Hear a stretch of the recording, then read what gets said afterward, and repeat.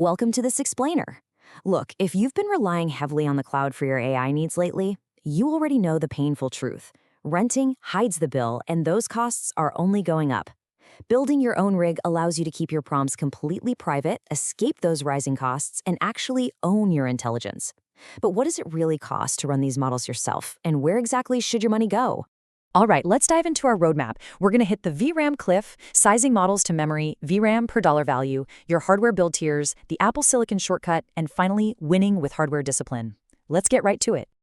So, what does it actually cost to own your AI? The answer is probably not what you think. Today, we're going to completely shatter the assumption that you need the newest, most expensive hardware to build an effective machine.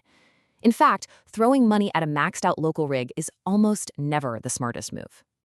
Section 1. The VRAM cliff. Here's the deal. If a model fits entirely inside your GPU's video memory, life is good, really good. For instance, testing shows that if you run a massive 70 billion parameter model entirely inside an RTX 5090's VRAM, you're getting a blistering 40 to 50 tokens per second. To put that into perspective, that is literally faster than humanly possible to read. But, and this is a huge but, here comes the cliff.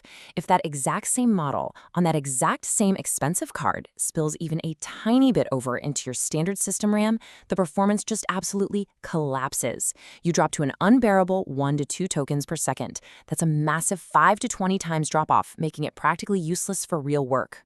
And this perfectly captures our core definition here. AI inference is memory bandwidth bound.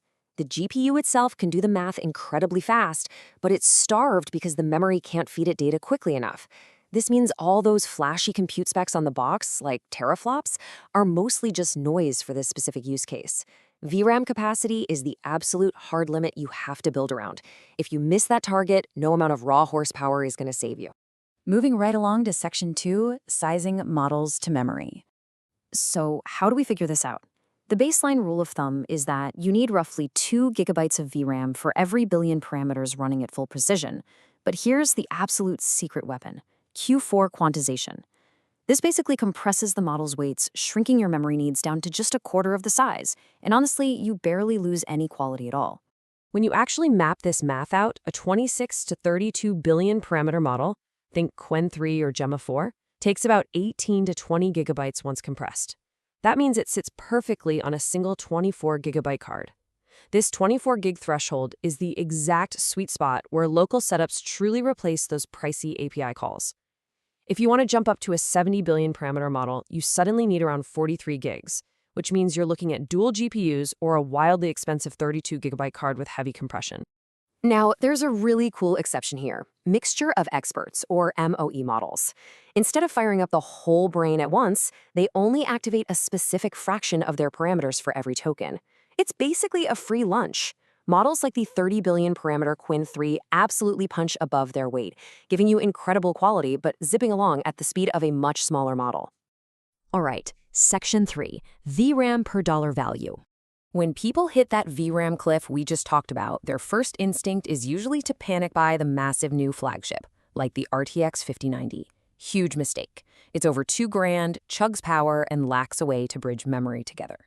Believe it or not, a generation-old used RTX 3090, yeah, an X-mining card, absolutely destroys the 5090 in value. For around $600 to $850, you get 5 times the VRAM per dollar. And the real kicker? It still has the NVLink feature to pool memory together.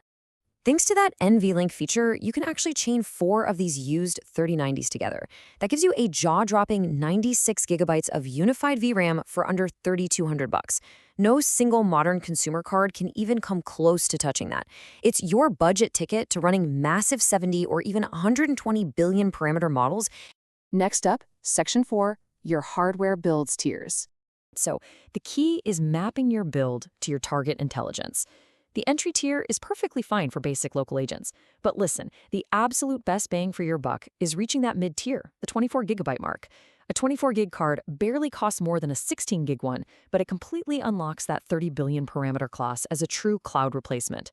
Anything past that, into the Pro or Frontier tiers, really has to be justified by a massive model you genuinely need for your workflow. Which brings us to Section 5. The Apple Silicon shortcut. This completely flips the script on the PC rules we just went over. On an Apple M series chip, they use unified memory, meaning the standard system RAM actually is the VRAM. This is exactly why an M5 Max or a Mac Studio packed with 128 gigs of memory is a genuine, out-of-the-box beast. The GPU gets to access this massive pool of memory that a standard PC just can't touch without a crazy complicated multi-GPU setup. Of course, there's always a catch. With Apple Silicon, you're explicitly trading blazing speed for sheer capacity. It's definitely going to generate tokens slower than a dedicated NVIDIA GPU. But if you want to run the absolute biggest models, the kind that would normally require a massive enterprise H100 server, sheer capacity is the name of the game. It's the only practical way for consumers to run models at that scale. Moving to Section 6, the rest of the reg. You definitely can't let your other parts bottleneck that GPU. You absolutely have to budget for a fast NVMe CSD because you are going to be swapping 200 gigabyte model files like crazy. Your system RAM should be 32 gigs minimum. But here is some great news for your wallet. The CPU barely matters. Any modern 8-core chip is totally fine. Throw in some optimized software like a Llama or VLMM, especially with the new 2026 updates, and your rig is ready to fly. And finally, winning with hardware discipline. I absolutely love this quote from the source material. The winning move is discipline, not maximalism. Overbuying capacity just to be safe is an incredibly expensive mistake right now. Because GPU VRAM costs so much, you really have to size your build precisely to the models you're actually going to use. Grab those used 3090s, lean into quantization, and just don't buy expensive silicon you won't use. So here's the final question for you. Are you disciplined enough to stop overspending and finally own your AI? If you follow the math we went through in this explainer, your rig is going to pay for itself just by cutting out those sneaky cloud bills. Next time, we're going to dig into exactly how Apple quietly turned this memory shortage into a massive industry-shifting advantage. Thanks so much for joining me for this explainer, and I'll catch you in the next one.